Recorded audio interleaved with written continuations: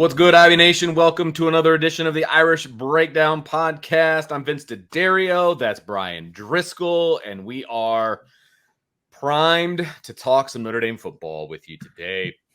Hey, no breaking news. It's a good day. Yeah. Yeah.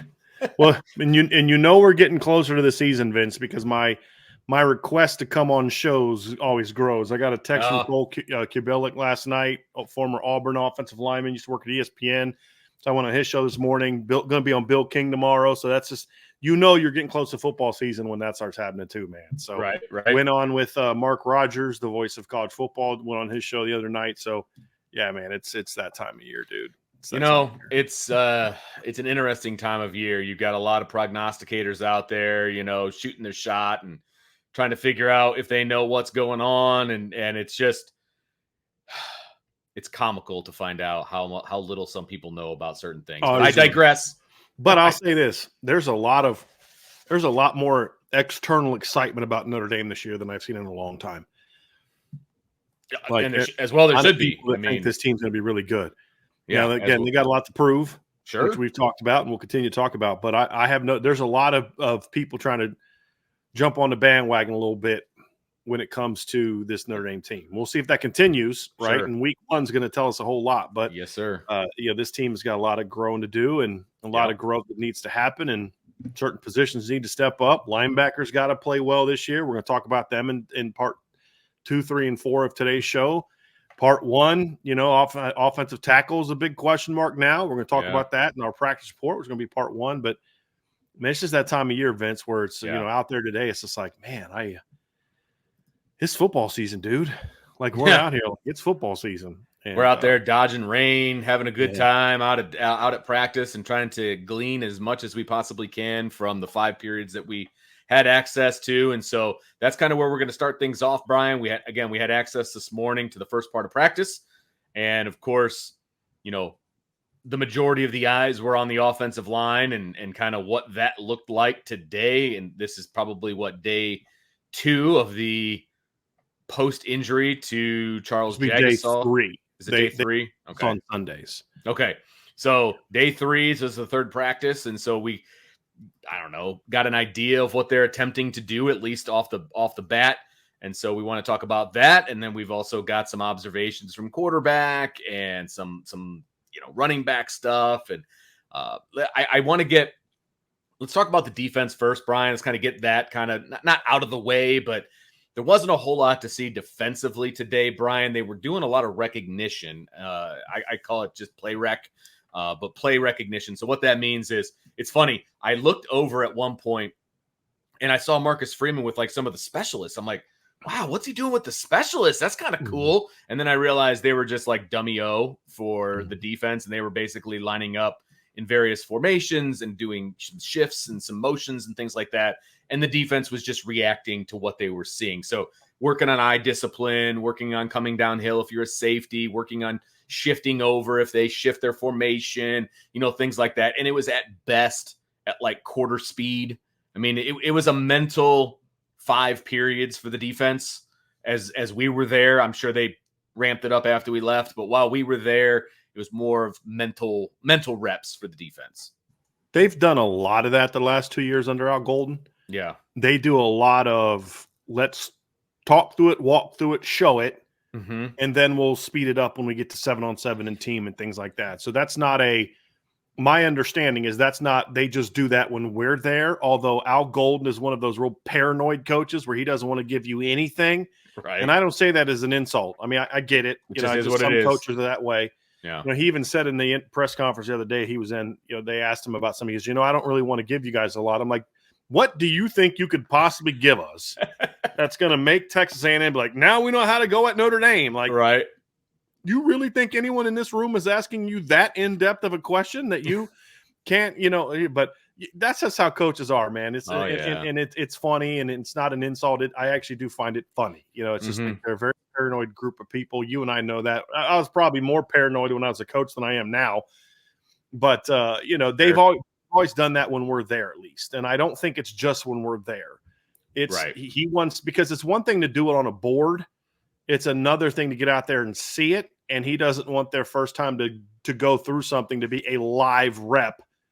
It's like, let's get that work in now. Let's get the technical work in now, and then you be ready for when you get to team. So, I actually have a really funny story that I want to tell about being paranoid as a coach. Okay. So my father-in-law used to be, he worked the headsets on game day. So that was like his not side gig, but he worked at Notre Dame and that was one of the things that he did. And so he would travel with the team, he would do all these things, and the various head coaching changes were very interesting as to his access in the coach's booth, because he would have to be up there in case something went wrong or whatever. And forever he was in the booth. I mean, listening to the coaches, doing the whole thing, and he was on a headset, the whole deal. And there was one particular head coach / defensive coordinator, when they would leave the booth at the end of games, he would make like the graduate assistants and stuff take the trash with them. Like they would take the entire trash thing, and take it out and take all the paper and they were super and these were home games, Brian, home games in the home coach's booth. Like they were taking the trash with them that had like pizza and stuff. I mean, super duper paranoid. And then of course there were coaches where he wasn't even allowed in the booth and had to, so it's just, to your point, coaches are very, very paranoid to the fact that they take their trash with them when they leave a room, which I think is hilarious. And that's what we saw from the defense today. So there's not a lot to say. There were a couple players we'll just talk about that we did watch during some of the drills when they were going through. I had my eye on Rod Hurd and Jordan Clark today. I know you had your eye on Jordan Clark as well. Yeah, I really like how they move, and it's obvious that Jordan Clark doesn't have the speed that Thomas Harper had. He doesn't have like that long speed, but his short area quickness and how well he just flips his hips and things like that he's very smooth. Mm-hmm. And when you combine that with how smart he is, it makes a lot of sense for him to be able to play the way he does, even though doesn't have great size and he's not an elite speed guy. I mean, not even close. He's above average long speed wise. But I love his foot quickness, and he's a very efficient mover. Like you notice that going through drills, Vince, like he does not waste motion at all. It's like if you need him to take 3 steps to get somewhere, he's taking 3 steps. If you need him to take 5 steps to get somewhere, he's taking 5 steps. Now you may say, well, that's not often true. There's a lot of false steps, a lot of extra move, false steps. Yeah, exactly. Right. And he's a very efficient mover, and you definitely like to hear that. So I was good to see him. And Rod Hurd really impressed me again today. This is the second time I've watched him. This is the most I've watched him today. Okay. And I really like how well he moves. He's not a very big guy. Like he's, built well, but he's smaller than both DJ Brown and RJ Henderson height-wise and length-wise.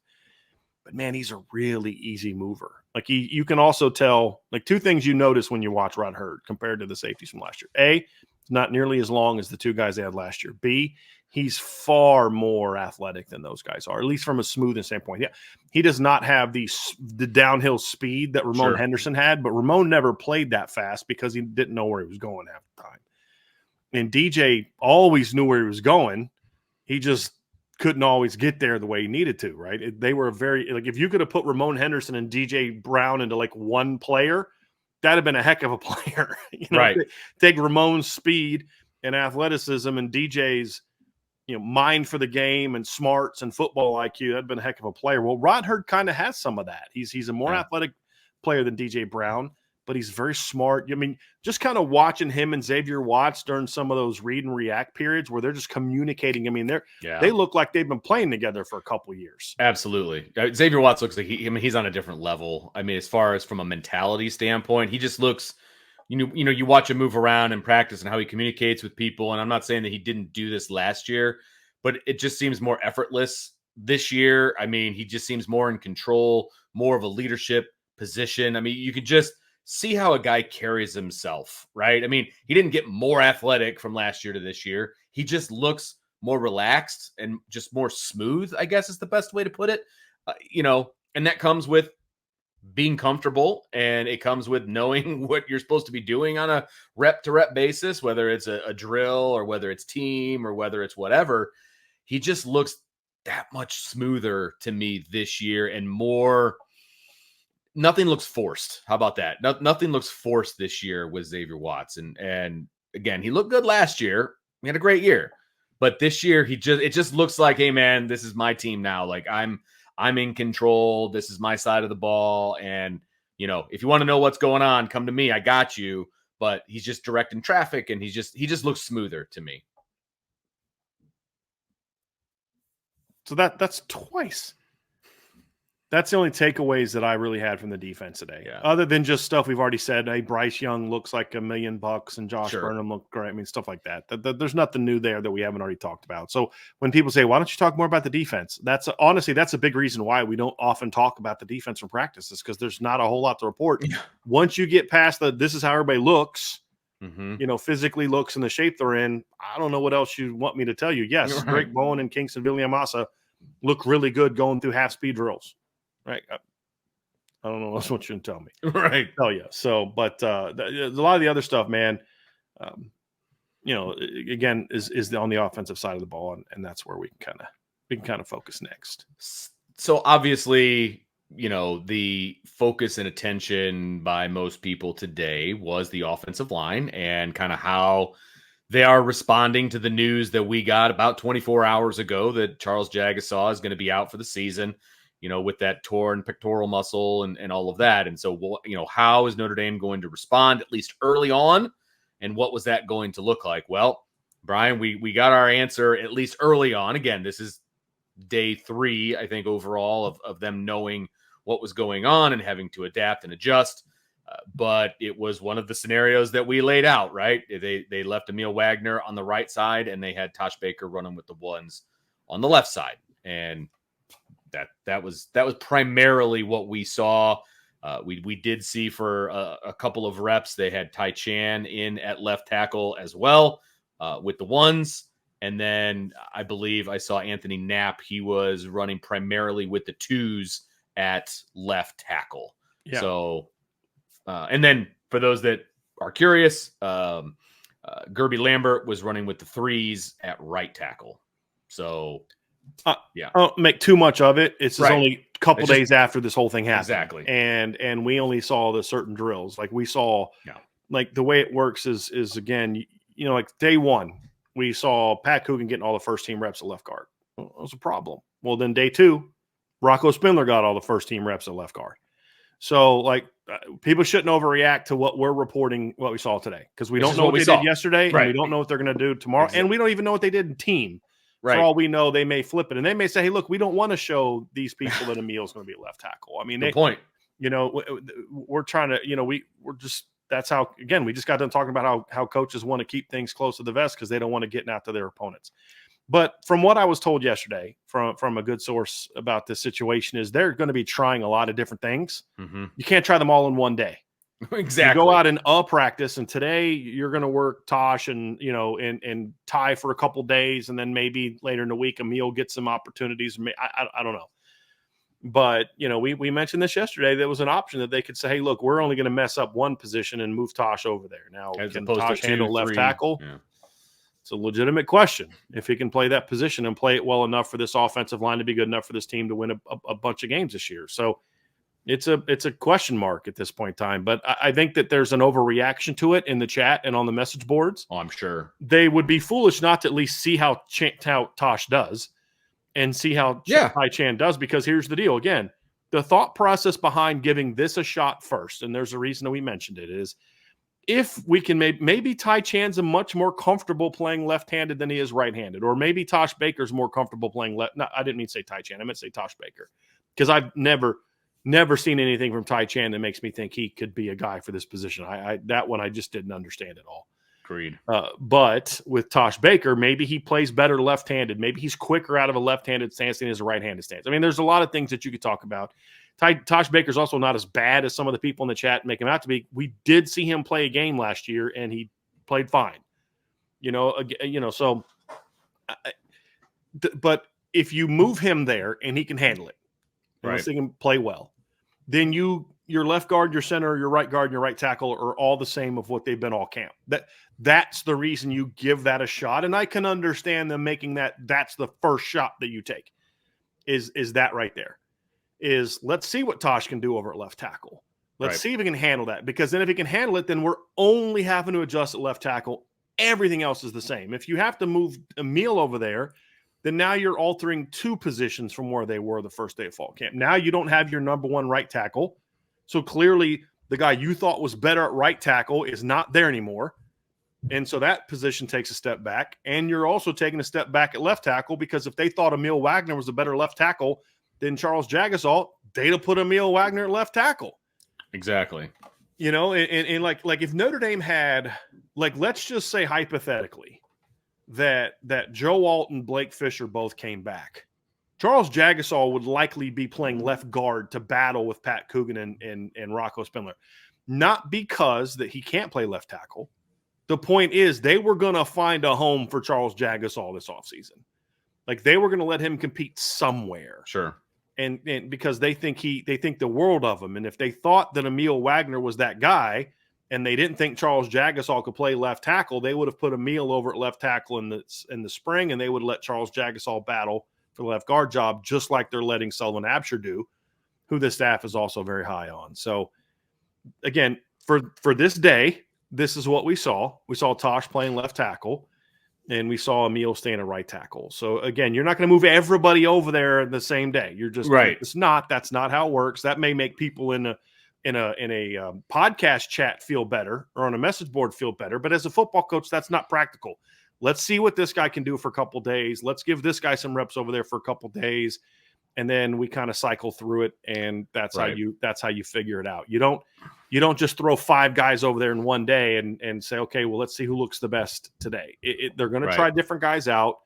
I would imagine it'll take them about a week or so before they really settle in on something. Right.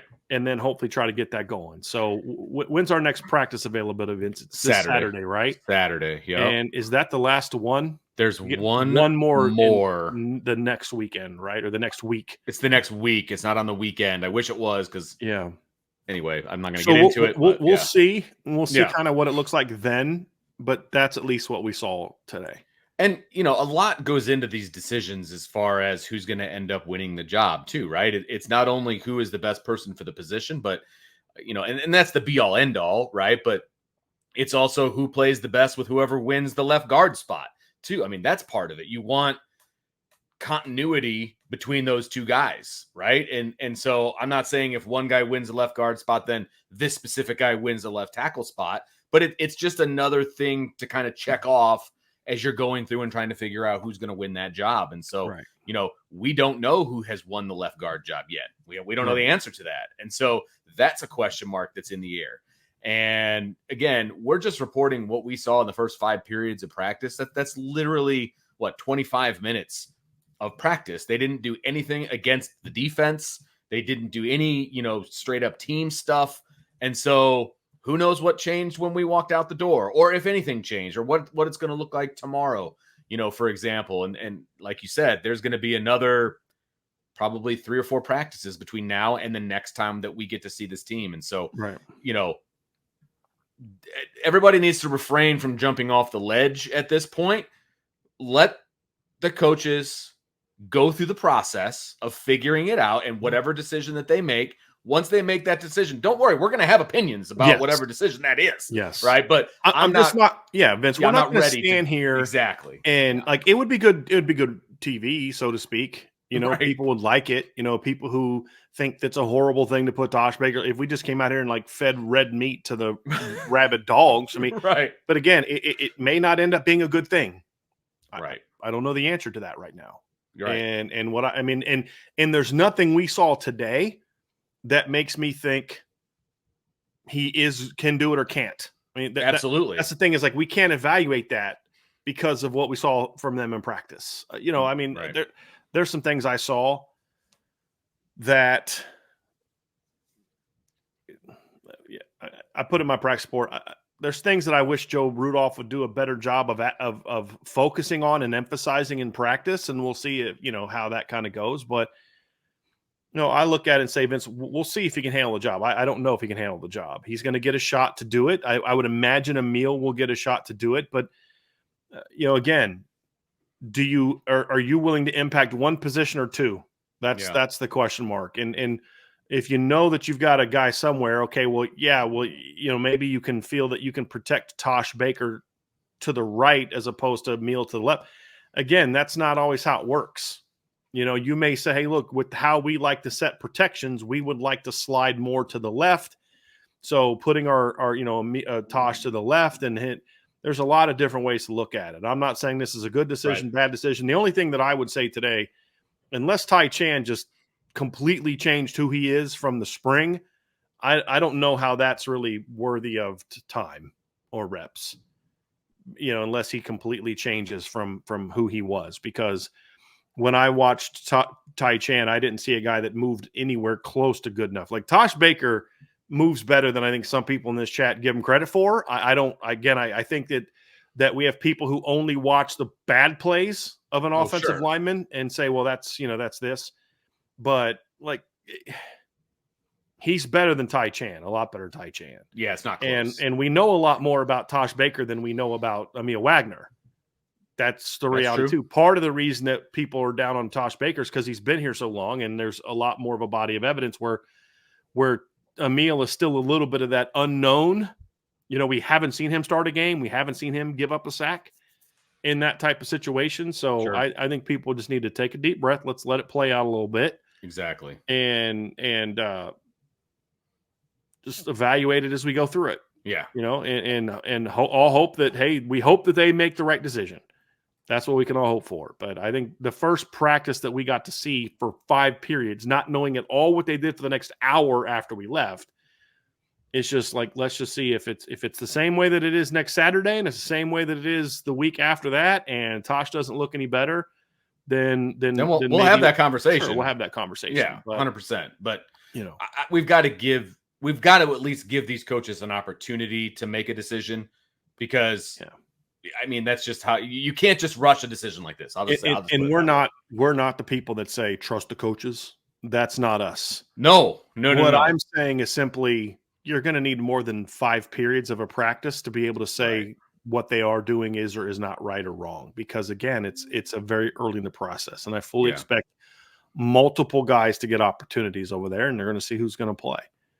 And it's not a deal where they're just going to play the veteran, because they've already shown in this fall camp anyway that they're willing to put an unproven younger guy in over a veteran, because that's what they did at right tackle with Emil Wagner. And that's why Tosh wasn't even with the first team. And I saw somebody say, well, Tosh Baker couldn't even beat out Emil Wagner. Well, what is that supposed to mean? I mean, everybody keeps telling me all season how talented Emil Wagner is, how good Emil Wagner is. Like, Emil Wagner's a very talented player, guy that I gave a 5-star upside grade to. We're acting like Tosh Baker couldn't even beat out Kane Madden. I mean, like, what are we doing here? Right? Like, right.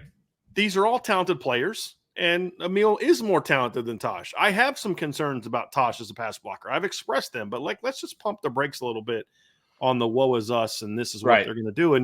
And go now, if they make a decision that we don't like and what we see is not good, we'll say it. I'm simply saying today is not the day to be panicking about that. Let's let the process play itself out. This isn't a thing where they were going to be like last year, or I'd say maybe next year, if one of your starting tackles goes down, you're going to feel a little bit better about, I know what the next answer is, because Gerby's got a year under his belt and Sully's got, Anthony Knapp's got it, all those type of things. So, that's basically where we're at with that. Is just relax, let it play out.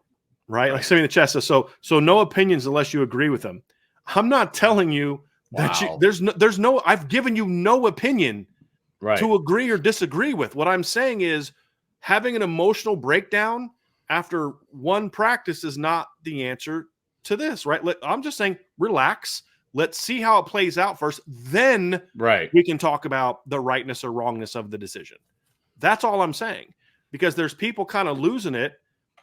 And it's like, but you don't know what the decision is. Like, if you didn't think that Tosh Baker was going to at least get some practices at left tackle to see what he can do, you were mistaken. Right. There's going to be multiple guys that are going to get that job. Let's see who wins the job. Let's see if that's the case. Now, if we find out that they didn't actually try other people out, then we can have some opinions on that. And we will have some opinions on that. Because if they just kind of plug Tosh in there and don't do anything else, I'm going to have a problem with that. Me too. If you're just going to do that and then just leave Gerby over there as the number 3 right tackle and just leave Sully as the number 3 left guard, I'm going to have a problem with that. Yep. But we don't know that they're doing that. That's all I'm saying. Just relax. Let's give it a week or so. Let's see what they kind of do in future practices, and then we can evaluate and give criticism or praise or whatever the case may be. And that's all I'm trying to say to you guys, is because nothing that anyone in the media saw today is going to give anyone confidence or a lack of confidence in what the offensive lineman can do, because there was nothing that they can evaluate. They literally just went through drills. And I'll say this, like, we got to see, as we were walking out, they were participating in a period that we're not allowed to report on. We only saw one play.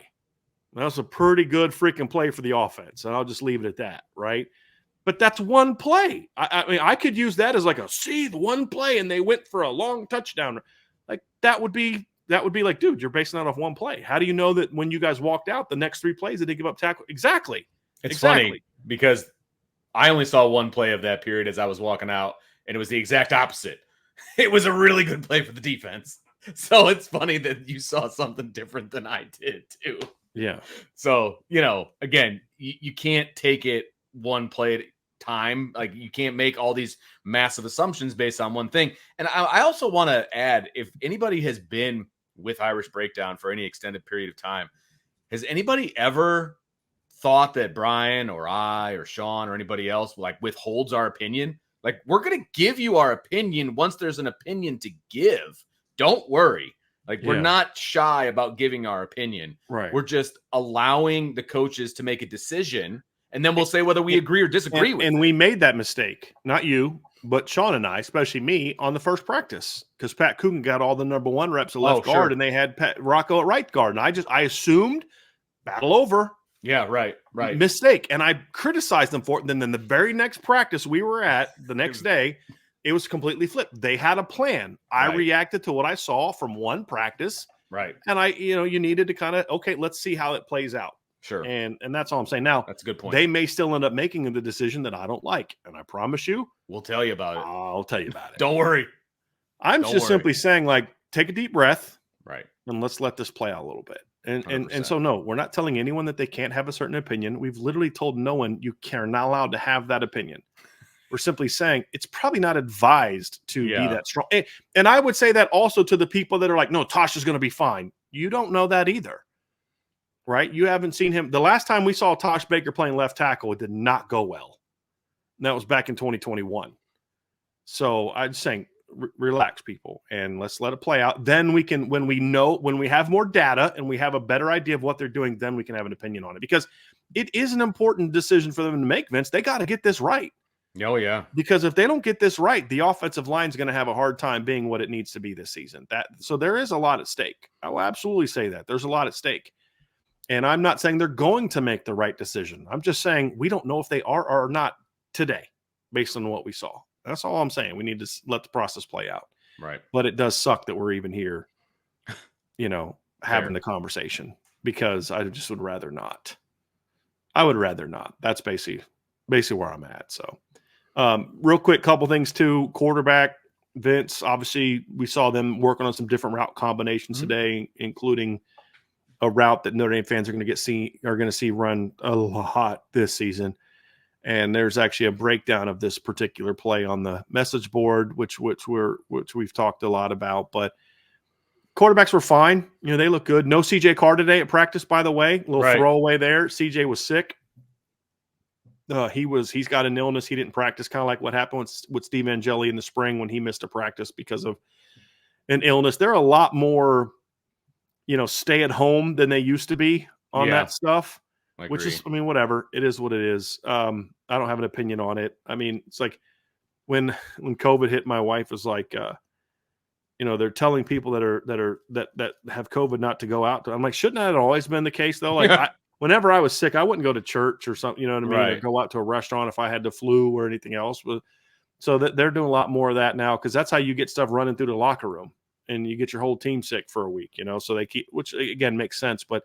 He wasn't there today because of that. No injury, nothing else going on. Just he's got an illness. So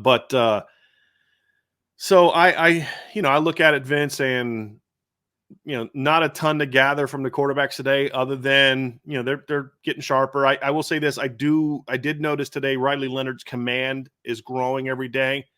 little bit more vocal, a little bit more confident in where he's supposed to be. Timing is better. He throws he was missing by a foot day 2. He hit today. And there was a period too, Vince, where you just kind of look at Riley and you're like, this is a coachable kid too. Yes. And I thought that was important to see. Well, and that was, something that we saw while we were watching. Again, it's routes versus air, RVAs, and it was what they were accomplishing. And he had, I'll set it up for you. He had 2 quarterbacks throwing, one to the right, one to the left. And, they were throwing various routes, and then they would rotate from one spot to the other and then out. And, sometimes they would redo the rep, right, if necessary. And there was one rep where Riley completed the pass. Again, no defense. He completed the pass. They were working on a certain kind of a pass. And Mike Denbrock was right in his ear. He's like, dude, you got to get that higher. Like that. You can't put it where you put it. You got to get it higher. Very next throw was spot on, perfect, exactly where Denbrock wanted him to put it. And so it's like, oh, okay. I mean, not that I didn't think Riley Leonard was coachable, but not only is he coachable from a mental standpoint, but he was coachable from a physical standpoint. Completed the pass exactly where Denbrock wanted it. Learning moment. Okay, got it. Moving on. And then he gave way to another rep to somebody else. And so, again, little piece, but something that I noticed as we were watching the quarterbacks. And again, they didn't do any one-on-ones. They didn't do anything against the defense. It was just kind of drill work and repping out some certain things. But it was passes that they're going to use a lot. And so ball placement was extremely important. It was a compressed area of the field. It's an area where you need to put the ball in a certain spot. Timing is important too. It was a lot of red zone stuff today. Okay. It was all I didn't red know how zone specific throws. I was allowed I'm to be, okay saying that because we're not saying what they were throwing. That's Fair why enough. I didn't say the particular route. Right. Not that it matters. I mean, if you watch any Mike Denbrock's film, you know what he's going to do. It doesn't matter what we say. This is true. But it was like red zone stuff. And you'll have days where you're working on red zone run game, red zone pass 100%. game, things like that. Red zone then coming out. And so they were working on red zone throws. And red zone throws, even more so than field throws, need to be good timing. Because everything is so much more condensed. Defense doesn't have to cover as much. So they can kind of be on guys a little bit more, especially the safety level. So that's why timing and ball placement are super important in the red zone. Yes. And like there was a couple misses. Like Steve Angeli had 2 misses today. One fell incomplete. One, I think it was Eli Raritan, made like a crazy reaching one-handed grab. Right. But he missed long both times. Mm-hmm. Right. And if you're going to miss in the red zone, you want to miss long. The last thing you want to do is throw a red zone throw behind the guy, because that's how you get picked off. So again, even when you miss, you want to miss in a certain place. And we saw that today with Steve, and we saw that on one of Riley's misses as well. You don't want to miss short. You miss short, balls get picked off. And that's definitely not what you want to be. So I thought the quarterbacks were fine today. Receiver that I thought it really impressed me today, a guy that I think highly of based on what I've seen on film, but he's never really had that practice that really caught my eye. Although I'm talking about Chris Mitchell, there was the clip that Notre Dame put out a couple days ago where he torched Jaden Mickey for a long touchdown. I don't know if you saw that. It was just a tweet of that play. It was a great throw. Was the most comfortable. Today was he was the most comfortable I've seen him in a practice. He was quick through routes. He was getting comfortable. They were doing a lot of routes where he had to run further, not just vertically, but across. And you saw him just really turn the speed up a little bit more today. He looked comfortable on his breaking points today, caught the ball really well today. So this is one of the better practices I've seen from Chris Mitchell in the short period of time we were there. They actually got a lot of route work done today in the time we were there. So that was actually good. We could see them run around. None of it was against the defense. Well, it was against like other offensive players kind of standing around just as a standing defense. there. Yeah, exactly. It wasn't against an actual defense, but he was comfortable today. And this is the first time I've really seen Jaden Harrison get a lot of throws down the field. He catches the ball. He's really fast. I think he's kind of a sleeping giant for what this offense could be. Like, we'll see. I just feel like he's going to make some plays that people are going to get very excited. He's got some juice. And you wonder, like, there's got to be something there because he didn't. Why didn't they use him more at Marshall? Like, are they really that dumb? He was an All-American kick returner. Like, but couldn't help you at all on his offense. Route running's not super sharp, but he's fast and he catches the ball well. Like, this is the most we've seen him catch the ball was today. Jaden Greathouse still looks great. Jordan Faison looked really quick today. I mean, receivers look good. I spent a lot of time too looking at the running backs today, Vince. Okay. And just again, I continue to be just blown away by how dynamic these guys are athletically. Jarian Price looks phenomenal. His foot quickness is exceptional. Just going through drills. He was actually the guy leading him through drills today. Was Jadarian today? Makes sense. Just crazy. He's the second oldest guy in the group, and the only guy older was playing safety in the spring, Devin Ford. Yeah, of the scholarship guys. But Jadarian looked great. Jeremiah in some of the run game stuff we saw. The big takeaway here. We've talked a ton about how athletic he is. Today was the most patient I've seen him getting downhill on zone stuff. Okay. Like that was good to see from him. It's because normally Jeremiah gets the ball and he's like, I'm going. Today I thought he had a better understanding of, hey, dude, timing kind of matters on these runs. You can't get downhill too fast or too slow. I thought that this was the most comfortable I've seen him in practice in regard to that. The footwork, the timing of runs, and then, of course, once he does that, like the athleticism is just exceptional. But this is also the closest I've been up to him in a practice this today, and you see like the filling out is really taking hold. I mean, he looks great, and he hasn't lost a step. Kedron Young looked great today. He's definitely healthy. His foot quickness for a 230-pound guy is very impressive. And I'll say this, Vince, they got two of the most impressive looking walk-on running backs I've seen like in forever. Like Justin Fisher was playing tight end before, and he does not look like a tight end. He looks like a 6'2" running back. And Jake Tefelsky is a really athletic kid who weighs almost 230 pounds. Like they all look like scholarship athletes. I mean, it is really impressive because I was thinking I was like, you're going to watch Justin Fisher and Jake Tefelsky running next to Jadarian Price and Jeremiah Love. They're going to look bad.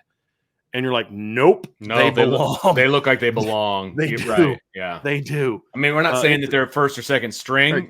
We're just talking athletically how they go through bag drills. But they belong, man. Like, kids. Yeah, for sure.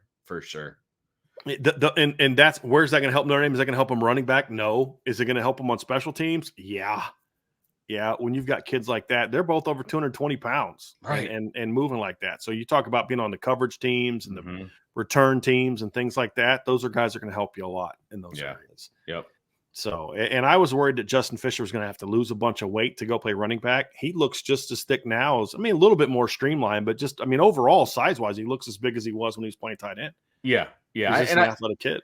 I always thought tight end didn't really do much for his skill set. And that's just me personally, because I watched him all through high school, carrying the football and playing quarterback. His home is at running back, and you can tell that I think he just fits in there a little bit better. But again, he has streamlined his body a little bit. He's not as thick in the waist as he was when he was playing tight end. And he looks like he could take on some dudes, that are coming after him if he's carrying the ball. You know what I mean? So, but good looking kid, and things are good in the running back room. There is no doubt about that. Anything else from practice that you want to bring up? I'm good, man. Okay. Other than we got that little quick rainstorm right in the middle. It was like huge drops too, and it came down hard like that. And then Ange grabs her camera. I put the camera she gave me up under my shirt. And then it was like that for 2 solid minutes, and then stopped, and it was went away, and it was sunny again. You're like, all right, I can live with this. It was weird, but very weird. Humid out there today when we were walking, when we were leaving too. So they're definitely going to be getting a lot of work and some heat out there today. But Vince, I'll just say this: walking up to the practice field today, we had to walk past the indoor facility to the back grass field. It is wild walking by there, and just everything is gone. Yeah. The tennis courts are gone. All that stuff is gone. It's just all flat because they're getting ready to, they're starting the construction for the new facility. But man, that sucker's going to be massive. It's going to be so big. Yeah. It's going to be so big. They didn't end up knocking down, at least not yet, the indoor tennis facility, but it's basically from that. If anybody's been on campus, it's from that indoor facility all the way over to the Goog. And I don't know. Is it going to be connected to the Goog? Do you know, or is it going to be? I don't believe so. Okay. I'm told that it's going to be a standalone building. Gotcha. But it's the only thing I've heard about it being connected is there potential for there be a walkway from that building to the indoor facility, but I don't think that's actually a thing. Gotcha. That's something that somebody told me once, but I don't think that's going to be a thing. Gotcha. Makes sense. All right. Well, that's going to do it for this portion of the podcast, our practice report. So make sure you stick around. We've got much more to come. But in the meantime, make sure you hit the like button, the subscribe button, the notification bell, share with your family and friends, and of course, get on the boards@irishbreakdown.com. If you're already a member, then you got the practice report probably a few hours ago, because that is when it was posted originally. And when you're on the board, you're in the know. And that's really all I have to say about that. So make sure you get on the boards.irishbreakdown.com.